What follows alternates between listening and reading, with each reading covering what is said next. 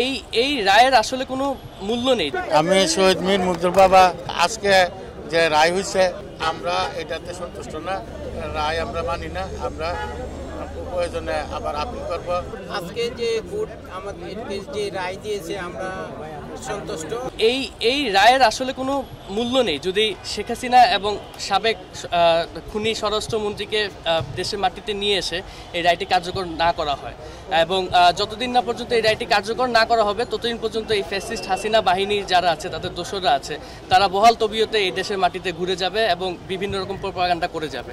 তাই বাংলাদেশের সরকারের কাছে এবং যারা সংশ্লিষ্ট আছে তাদের সকলের কাছে শহীদ এবং আহতদের পক্ষ থেকে এটাই রিকোয়েস্ট যে যত দ্রুত সম্ভব তাদেরকে এই দেশের মাটিতে ফিরিয়ে এনে তাদের যে রায়টি হয়েছে সেই রায়টি যত দ্রুত সম্ভব কার্যকর করা। ভারতের প্রতি মেসেজ থাকবে একটি, যে একজন ফ্যাসিস্ট, একজন খুনিকে আপনারা আপনাদের কাছে না রেখে আপনারা যত দ্রুত সম্ভব তার নিজের দেশের মানুষদের কাছে ফিরিয়ে দেন। তাদের নিজেদের দেশের মানুষরা ডিসিশন নেবে সেই খুনি ফ্যাসিস্ট হাসিনার সাথে কি হবে পরবর্তী সময়, এবং সেই দেশের সরকার অর্থাৎ বাংলাদেশের সরকার সেটি ডিসিশন নেবে এই খুনি ফ্যাসিস্ট হাসিনার সাথে পরবর্তীতে কি হবে।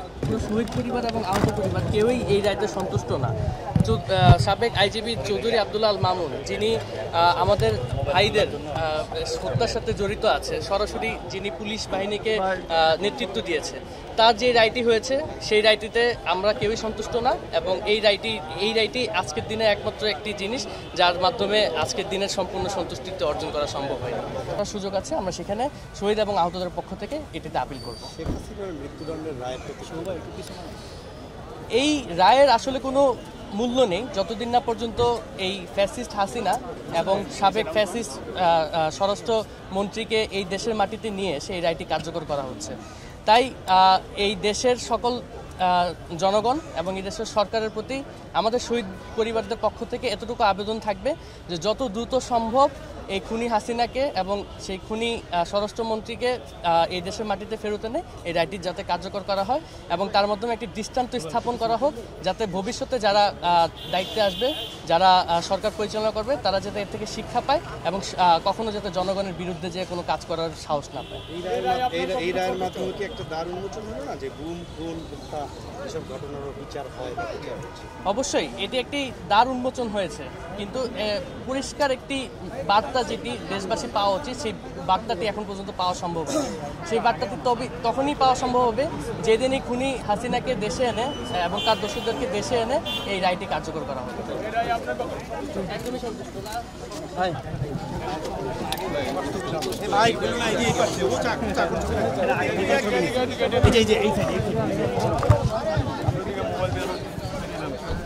আমি শহীদ মীর মুগ্ধর বাবা, আমার নাম মীর মুস্তাফিজুর রহমান।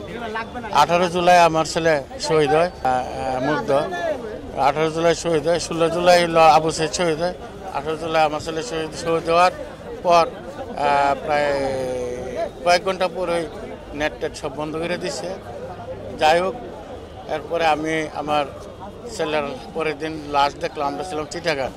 পরের দিন লাশ দেখার পরে আমি পুরো প্রথম 6 মাস কাঁদতে পারি না, চোখে তো আমার পানি আসে না, আমি কেমন যেন হয়ে গেছিলাম। এখন 6 মাস পর থেকে আস্তে আস্তে নর্মাল হয়েছি।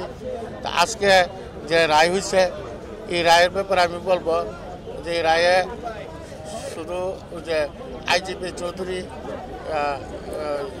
আব্দুল্লাহ মামুনের যে 5 বছরের রায় দেওয়া হয়েছে, আমরা এটাতে সন্তুষ্ট না। বাকি যে 2 জনের, শেখ হাসিনা এবং স্বরাষ্ট্রমন্ত্রী, তাদেরকে যে ফাঁসির রায় হয়েছে এতে আমরা সন্তুষ্ট। আমরা 5 বছরের রায় আমরা মানি না, আমরা প্রয়োজনে আবার আপিল করব। এই রায় আমি বললাম না, যদি যারা যে শেখ হাসিনার এবং স্বরাষ্ট্রমন্ত্রী যে ফাঁসির রায় হয়েছে, এই রায় যত দ্রুত সম্ভব যদি বাস্তবায়ন করা হবে, তখনই আমরা শান্তি পাব। আমার ছেলের জন্য আমরা একটু হলেও স্বস্তি পাব। আর তাদেরকে যারা এই দেশ থেকে পালানোর বা এই দেশ থেকে সরে যাওয়ার ব্যবস্থা করছে, আমরা তাদের এই সরকার এবং আগামী সরকার যেন তাদেরকে বিচারের কাঠগড়ায় দাঁড় করায়। কারণ তাদের কারণে আজকে আমরা তাদের এই শেখ হাসিনা এবং স্বরাষ্ট্রমন্ত্রী তাদের দ্রুত বিচারের যে রায় বাস্তবায়ন করতে পারতেছে না এই দেশ সরকার, কাজে তাদেরকে যারা এই দেশ থেকে সরে যাওয়ার বা পালানোর যে সাহায্য করছে তাদের আমরা আগামী দিনে তাদের আমরা জনগণের কাজ করে আমরা দাঁড় করাবো। বিরাতে এখন আমি নিজেকে ঠিক রাখতে পারি না। রায় হওয়ার পরে আমার মানে আমি কান্না করছি। আমার ছেলে বলতেছে তুমি কান্দাস, আমি তো এখন আর ইয়া করতাম পারি। আমার ছেলে তো 26 বছর 2 মাস 2.5 মাস কম 26 বছর হয়েছিল, লেখাপড়া প্রায় শেষ হয়েছিল। সে মাসে 1 থেকে 1.5 লাখ 2 লাখ টাকা রুজি করতো, সে 26 লাখ টাকার মতো ব্যাংকে রেখে গেছে। আমার ছেলে তো এবং আমার ছেলের মতো যারা যারা ফুটফুটে এবং নিষ্পাপ এবং আমার ছেলের যে আরও যোগ্যতা সম্পন্ন এমন অনেক কিছু হইতেছে। কাজে আমরা এই বেদনা তো আমরা সহ্য করতে পারবো না, আমরা কোনোদিনই বলতে পারবো না। কার্যকর মানে বাস্তবায়ন হইলে তখন আমাদের মনে কিছুটা সান্ত্বনা পাবো। আমার ছেলে নাম হলো শহীদ গোলাম নাবি, 4 আগস্টের রোজ রবিবার 2024 সালে পুলিশের গুলিতে শহীদ হন। আজকে যে কোর্ট আমাদের যে রায় দিয়েছে আমরা সন্তুষ্ট, এবং এই যে 2 জনের যে ফাঁসি অর্ডার দেওয়া হয়েছে দ্রুত গতিতে যেন সেটা কার্যকরী করা হয়, এটি আমাদের প্রত্যাশা।